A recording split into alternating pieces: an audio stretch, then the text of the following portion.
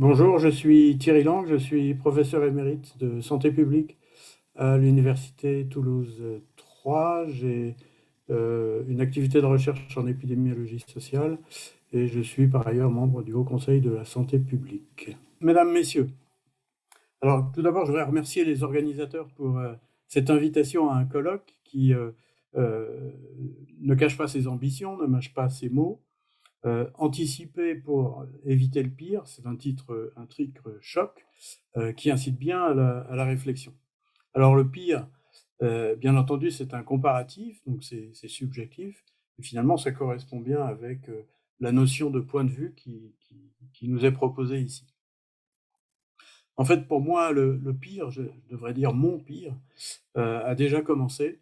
Il a commencé pendant cette crise de la Covid et je tiens personnellement à rester dans mon domaine d'expertise, qui est déjà large, la santé publique, mais je pense que les remarques qu'on peut faire, que je vais vous proposer, peuvent s'étendre à d'autres domaines sociétaux. Je veux parler de la justice, non pas l'institution, mais la justice sociale. En matière de santé, la France a vécu depuis plusieurs décennies, malheureusement, calmement, sereinement, en contemplation, devant un niveau d'inégalité sociale de santé élevé. Et ce dont j'aimerais vous parler, c'est que la fin de cet état est peut-être pour moi mon pire, puisque la mise de côté de ces inégalités sociales de santé, la mise à l'écart de la justice en santé pourrait ne plus s'insérer aussi tranquillement dans le paysage, mais pourrait venir gripper, bloquer une situation et finalement compromettre la santé de l'ensemble de la population. Alors j'analyserai donc la crise de la Covid et puis j'évoquerai rapidement un scénario à propos des États-Unis. Alors la crise de la Covid, donc la Covid, vous le savez, c'est au départ une épidémie, donc une maladie infectieuse, virale, mais ce qui va nous concerner, c'est que non seulement très rapidement elle se transforme en pandémie, mais c'est surtout une syndémie, une crise syndémique qui a deux grandes caractéristiques. La première, c'est que l'atteinte à la santé dépasse de loin l'aspect infectieux pour atteindre des pathologies comme la santé mentale, les violences, l'accès aux soins, les problèmes de nutrition, sédentarité, insécurité alimentaire. Et puis, c'est aussi un bouleversement social, économique, sociétal majeur avec ses conséquences sur les revenus, sur le chômage et l'insécurité sociale. Donc voilà la crise de la Covid que l'on peut détailler un peu plus. Avec une première remarque, c'est qu'on a pu vérifier une fois de plus que notre système de surveillance statistique était aveugle aux déterminants sociaux, aveugle aux inégalités sociales de santé et insuffisant pour suivre et piloter en temps réel des politiques concernant ces aspects sociaux. Le deuxième phénomène qui est apparu assez rapidement dans l'évolution de la crise, mais qui n'a fait que se confirmer au fur et à mesure où les chiffres arrivaient, c'était l'importance des inégalités. Donc je vous montre simplement rapidement trois exemples. Le premier était fourni par l'ORS Île-de-France et les données de l'INSEE sur les départements de la région de l'Île-de-France. Et on voit que les départements autour de la population la plus pauvre sont les départements où le taux de surmortalité par rapport à l'année antérieure est le plus élevé. Ici, vous voyez que la Seine-Saint-Denis, par exemple, se détache nettement avec une surmortalité de plus 128%. Donc, des données qui sont arrivées assez rapidement. Plus récemment, des données un peu plus sophistiquées qui nous sont produites par une unité de recherche et Santé publique France. Et vous voyez sur les graphiques qui sont ceux des quartiers densément peuplés ou modérément peuplés, la courbe en bleu et qui s'individualise nettement par rapport aux autres, et celle des populations les plus pauvres. Ici, la mesure s'est faite avec au niveau de l'IRIS avec des indices de déprivation, donc les populations les plus pauvres, où manifestement l'incidence, ici il s'agit de l'incidence de la maladie, est beaucoup plus élevée que dans les populations plus favorisées. Donc les données existent, et puis apparaissent des données sociales comme la densité des logements. Vous voyez qu'ici, la séroprévalence, ici c'est l'enquête EPICOV, qui est dans l'ensemble de la population de 4,5% et un pourcentage qui est le double chez les habitants de logements surpeuplés. Et dans les lignes du bas, vous voyez que qui habite les logements surpeuplés, bien entendu, les premiers déciles de revenus, donc les populations les plus pauvres, qui sont 30% à habiter des logements surpeuplés, et plus encore les populations immigrées qui sont 40%. Donc on a affaire à une crise qui se caractérise par des inégalités fortes, pour laquelle on peut se poser la question de la réaction et les interventions et les politiques qui ont été mises en œuvre. Alors, bien entendu, vous savez toutes qu'il y a des mesures comme le confinement, les gestes barrières qui ont été appliqués à toute la population. Mais plus spécifiquement, quelle a été, dans les recommandations, dans les interventions, la place réservée aux inégalités sociales de santé. Alors avec un groupe de travail du Haut Conseil de la santé publique, nous avons fait le bilan très précis et systématique des recommandations sanitaires pendant cette crise.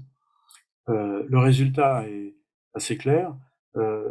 Les recommandations, pour l'essentiel, étaient de type biomédical, on pourrait presque dire clinique, avec une absence quasi totale de considération des déterminants sociaux et des inégalités sociales de santé, sauf peut-être dans les textes du comité scientifique, mais sur cet aspect de leurs recommandations, ils ont été très très peu suivis.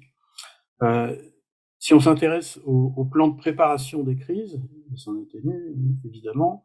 Alors, si on regarde le plan national de pandémie grippale, mis à jour en 2011, les guides de préparation aux tensions hospitalières ou aux risques épidémiques de 2020, aucune ne fait référence ni aucune réflexion sur les inégalités sociales de santé.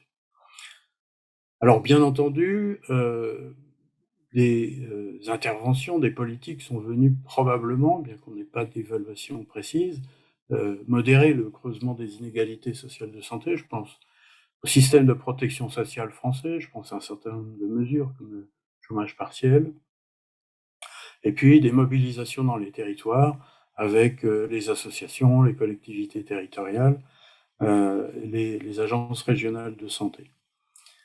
Mais tout de même, si on regarde les conséquences de cette cécité dans les recommandations sanitaires, on voit que les mesures barrières nationales et le confinement ont profité préférentiellement aux populations les plus favorisées. Et là, en bonne épidémiologiste, on regarde les enquêtes. Ici, c'est l'enquête EPICOV.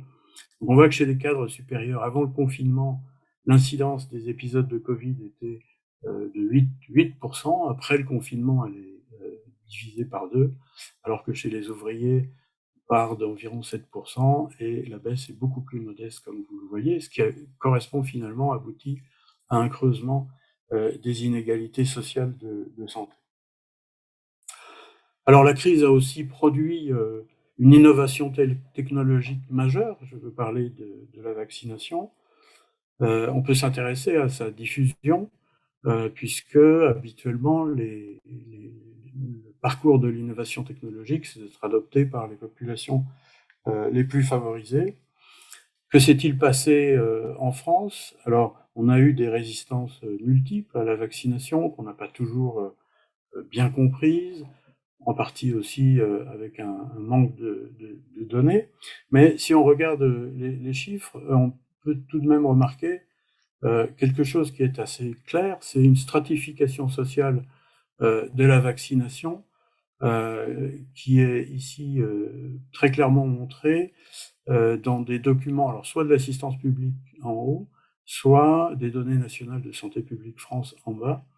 Et on voit qu'il qu'il s'agisse de la première injection ou de la vaccination complète. Ici, pour la première injection, vous voyez que pour le personnel médical, on a une intention de se faire vacciner ou une réalisation de 90%, presque moitié moins dans le personnel non médical. Et si on regarde les données de Santé publique France, alors là, on a ce qu'on appelle le fameux gradient social de santé, c'est-à-dire que on passe de 72% chez les médecins à 50% chez les aides-soignantes, et puis on a cette progression en marge d'escalier chez les infirmiers qui sont au milieu de ces deux catégories à 59%. Donc on a un phénomène qui est exactement le gradient social qu'on observe dans les inégalités sociales de santé, qu'on observe dans cette vaccination. Donc, on voit que dans cette crise, il n'était pas possible, puisqu'on avait les données, d'ignorer qu'il y avait des inégalités sociales de santé importantes. Alors, est-ce que c'est la première fois qu'il y a des crises où on ne tient pas compte des inégalités sociales de santé? Non, j'ai présidé le conseil scientifique de suivi des conséquences de l'explosion de l'usine AZF, et il y avait aussi des inégalités qui ont été peu considérées en réalité. Alors le pire a commencé, selon moi, puisqu'on est dans une situation sanitaire qui est clairement marquée par l'injustice, je viens de vous le montrer. Et puis, le mouvement social qu'on voit se dessiner, on a d'un côté des experts, une réaction de population qui suivent les recommandations, qui suivent les connaissances scientifiques, un pouvoir politique qui s'en réclame, une industrie pharmaceutique qui avance, et puis de l'autre, une population marquée par des inégalités sociales tout court, croissante, qui se sent sans reconnaissance sociale, parfois ou souvent méprisée, manipulée, qui rejette une forme de gouvernance. Alors on reconnaît là les manifestations anti-pass. On reconnaît là aussi, par exemple, les aides-soignantes que je montrais tout à l'heure, pour lesquelles, en milieu hospitalier, on peut dire que leur considération est pour le moins modérée et qu'il y a des problèmes de reconnaissance. Alors les chiffres confirment cette analyse sociopolitique, puisque si dans les données de l'enquête EPICOV, les facteurs qui favorisaient la vaccination, alors d'abord c'était le fait que les femmes étaient plus réticentes à se faire vacciner, femmes qui accordent une moindre confiance dans le gouvernement. Et effectivement, cette confiance dans le gouvernement est un élément qui apparaît comme un élément particulièrement prédictif de la position sur la vaccination. Et donc, on se trouve dans cette situation où, pour qu'elle soit efficace, la vaccination, comme vous le savez, doit concerner pratiquement 90-95% de la population pour être efficace, ce qui veut dire que tout le monde, toute la population doit être vaccinée, et qu'on voit bien qu'ici, on se trouve dans une situation où les enjeux sociaux contredisent cette démarche et cette volonté. Et donc, je disais, le pire a commencé, parce que finalement, on a négligé ces enjeux sociaux depuis très longtemps, et on se retrouve devant une politique de santé publique qui est entravée. Donc la justice est un élément essentiel, et elle est garante des politiques de santé publique. Alors, j'évoquais les États-Unis rapidement pour dire que lorsqu'on regarde ce qui se passe et la baisse de l'espérance de vie depuis 2014, les inégalités sociales de santé dans ce pays en sont largement responsables. Alors, anticiper, il y a deux pistes qui apparaissent, je crois. La première, c'est que les inégalités sociales de santé ne sont pas un objectif secondaire des politiques de santé publique, ce qui apparaît très clairement lorsqu'on regarde le déroulé de la crise, mais au contraire, un objectif central des politiques de santé publique. La santé publique doit intégrer la justice si elle veut améliorer l'état de santé de l'ensemble de population. Il faut donc replacer la justice sociale au cœur des décisions de santé. Alors, ce n'est pas l'objet de mon intervention, mais on peut suggérer un certain nombre de pistes, comme par exemple développer l'évaluation d'impact en santé et sur les inégalités sociales de santé de l'ensemble des décisions sanitaires, développer l'universalisme proportionné, autrement dit des mesures qui soient proportionnelles aux besoins des populations, et puis lancer un débat sur l'innovation qui a pour caractéristique, encore une fois, de se diffuser plus rapidement dans les populations favorisées. Je voudrais juste vous montrer un exemple particulièrement frappant qui concerne l'adoption d'une innovation particulière qui était les traitements efficaces contre le VIH-Sida aux États-Unis, donc les trithérapies. Et vous voyez sur votre gauche qu'avant l'arrivée de ces trithérapies, vous aviez entre les populations blanches et noires aux États-Unis une probabilité de survie qui était à peu près la même, en tout cas pas très différente. Et sur votre droite, vous avez la survie dans les populations blanches qui, avec l'arrivée de cette innovation, devient très très importante, des chances de survie qui s'améliorent considérablement, alors que dans les populations noires, la survie ne progresse que très très marginalement. Donc voilà un exemple parmi d'autres, bien sûr, de la façon dont des innovations viennent creuser les inégalités. Donc lancer un débat sur la disponibilité et l'efficacité des innovations technologiques est sans doute une bonne initiative. Deuxième élément, on a vu les tensions, l'absence de dialogue. Eh bien, je crois qu'il faut urgemment reprendre en main sa santé et relancer la démocratie sanitaire qui a été vraiment mise à mal pendant cette crise, et lancer un débat non seulement sur les crises, mais sur la santé dans son ensemble, comprenant non seulement le système de soins, mais l'ensemble des déterminants de la santé qui vont, on l'a vu dans cette crise, mais c'est connu par ailleurs, bien au-delà du système de soins, avec des politiques du logement, des revenus, de l'éducation. Donc un débat sur la santé est probablement une urgence, y compris pour préparer des crises ultérieures. Alors, en conclusion, j'espère vous avoir montré quel était mon pire, c'est-à-dire que de négliger les inégalités sociales de santé ou d'en faire, comme on peut en faire le bilan aujourd'hui en sortie de crise, un objectif secondaire on regardera éventuellement quand tout ira mieux, c'est une impasse. La prise en compte des inégalités sociales de santé est au cœur des enjeux de santé publique, et ce n'est pas un objectif secondaire. Alors, j'ai parlé de ce que je connaissais un peu moins mal, qui est la santé, mais je pense que ces leçons de justice sociale probablement ont un sens dans d'autres domaines que l'environnement social, l'environnement en général et les enjeux écologiques. Je vous remercie pour votre attention.